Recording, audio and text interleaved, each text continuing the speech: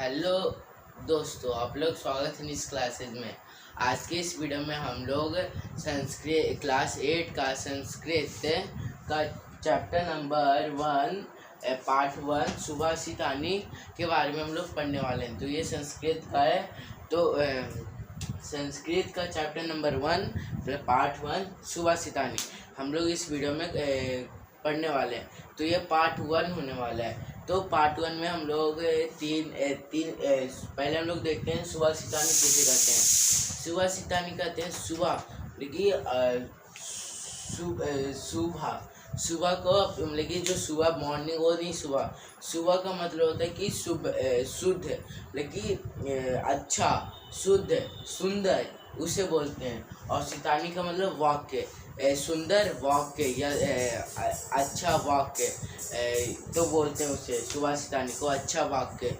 तो ये हम लोग देखेंगे इस वीडियो में हम लोग 3 वाक्य पढ़ेंगे। तो सबसे पहले मैं उसका हिंदी अर्थ आपको समझा दूंगा।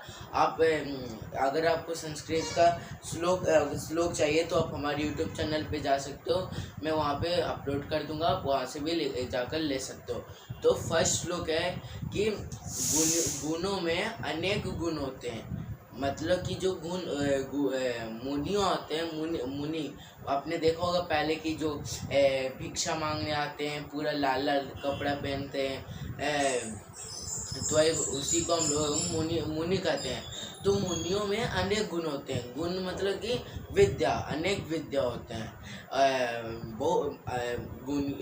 मुनियों में अनेक गुण होते हैं, मगर अगर वह निर्गुण के साथ अगर रहते हैं तो उनमें भी अनेक दोष आ जाते हैं। मतलब कि अगर मुनि अगर कोई बुरा आदमी के साथ रहता है तो मुनि में भी वो बुरा क्या दोष आ जाता है, तो ये कहा जाता है। तो अब इसको एग्जांपल देखते हैं कि जब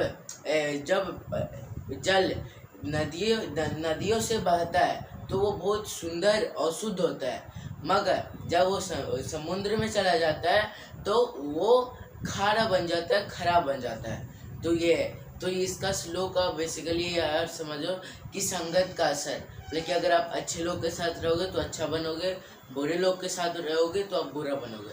तो ये है। तो सेकंड श्लोक देखते हैं। तो सेकंड श्लोक में है कि अगर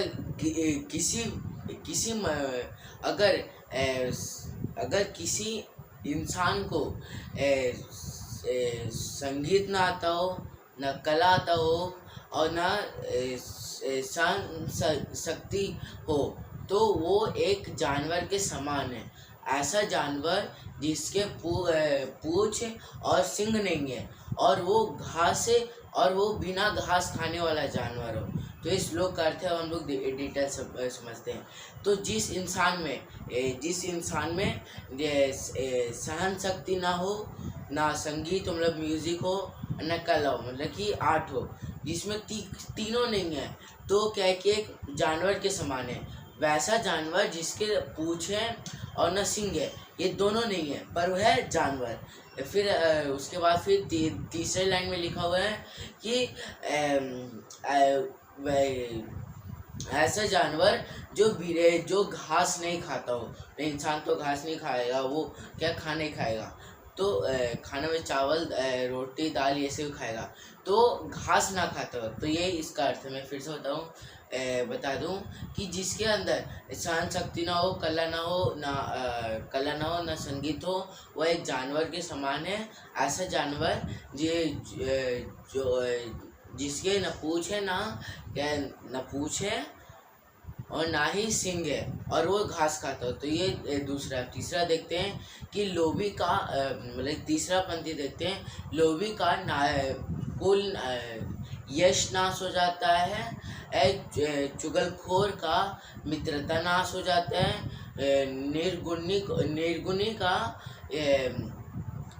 कुल नाश हो जाता है, और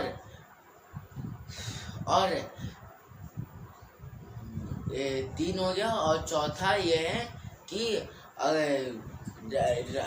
राजा अगर राजा मंत्री की बात सिर्फ माने तो उसका राज्य ख़त्म हो जाता है। तो ये चार लाइनें, तो चार मैंने आपको बातें बोल दी।